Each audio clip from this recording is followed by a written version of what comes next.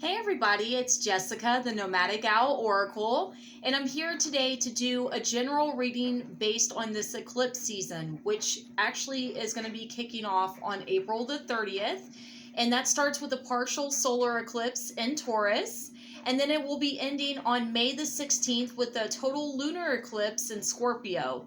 Now, eclipse season is something that a lot of people fear. They don't look forward to. They think that there's all kinds of different things that they don't like about it. However, one of the best things to keep in mind with eclipse season is that it brings immediate change, needed change. So there might be beginnings, endings, new transitions. Things kind of just happen and it's like almost instantaneous. So at this time, it's also a very important time to be very mindful of your words, your manifestations, your thoughts, your actions, things like that. Because there's going to be a lot that can be coming through from these energies that are very potent. So there does tend to be a little bit of earlier start of these energies where they start culminating up until that buildup of April the 30th. And then it'll wane back down towards May the 16th, like I said. So May the 16th ends this session of the eclipse season, and then we're going to have like about a week, 2 weeks left of that residual energy of the eclipse season. So keep that in mind. So before I get started here doing our reading like I normally do, what I'm going to do is show you what decks we're going to be using after I say a few things. So as always, this is based on the current energies. It's not going to resonate for everybody. It's for whoever needs it the most right now based on these energies. If I say he or she, only take it as it resonates. Another thing to keep in mind is that with these readings, timing is always fluid. So even if it's not this eclipse season, this timeline, if it resonates, it's for you.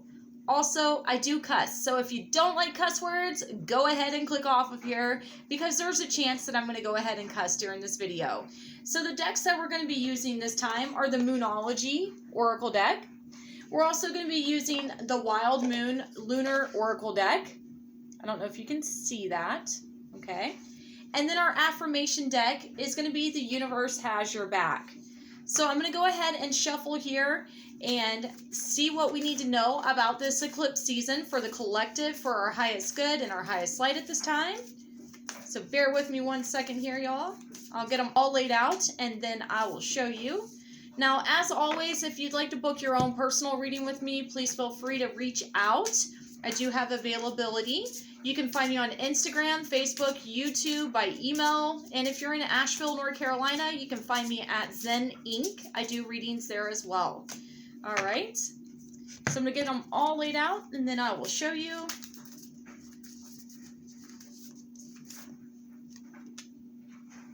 Okay. So I have all these cards laid out, guys. The first card that we had that popped out for this eclipse season, we have Look at the Bigger Picture. It says the full moon in Sagittarius. Yes, this is a moon oracle deck. However, just because it says full moon doesn't mean it has to be a full moon. But this is saying that right now there is a lot that if you're only looking at the inconveniences or the things you don't like or one specific thing, you might miss out on other energies, other opportunities, other things that are coming through. So in this moment, it is super important to be aware to look at the bigger picture. Sagittarius is an energy that shoots for the stars, if you will. They're very outgoing. They're very, I'm going to say overzealous at times when it comes to certain energies. I love Sagittariuses. They're just very inquisitive. They are the children of the zodiac. They like to explore. They like to have fun. They like to learn. They like to grow. They like to be around friends and people and have all these experiences, which in my opinion is fantastic. But some people may not see that good. Some people may not like that kind of energy. Personally, it's very fiery. It gets me motivated and I find a lot of inspiration in it. So the full moon in Sagittarius, full moons are a time to release things so that new things can grow or be manifested. That would kind of tie into this eclipse season. There is so much going on right now, y'all. I'm only going to talk about the eclipses here because we have Mercury retrograde going on. That's about to start. We also have Beltane. We have this new moon in Taurus. It's the same day as the partial solar eclipse that we're having in Taurus. There's so much going on, but we're not going to go there. The next card that we have here is the waning gibbous moon. It says, this is all about permeating awareness. So at this time, there is a lot of information. There's a lot of insight that's going to come through. There's a lot of awareness that might come through. And what I'm getting is that with this eclipse, the first one being in Taurus, it's all about your foundations, how you can grow. Slow and steady movements towards helping you bring in more stability, more financial income, things like that. That is what this is going to be referencing to. So right now you're becoming aware of what steps, what actions to take that are going to have long-term goals. I'm going to say attributed to them or attached to them.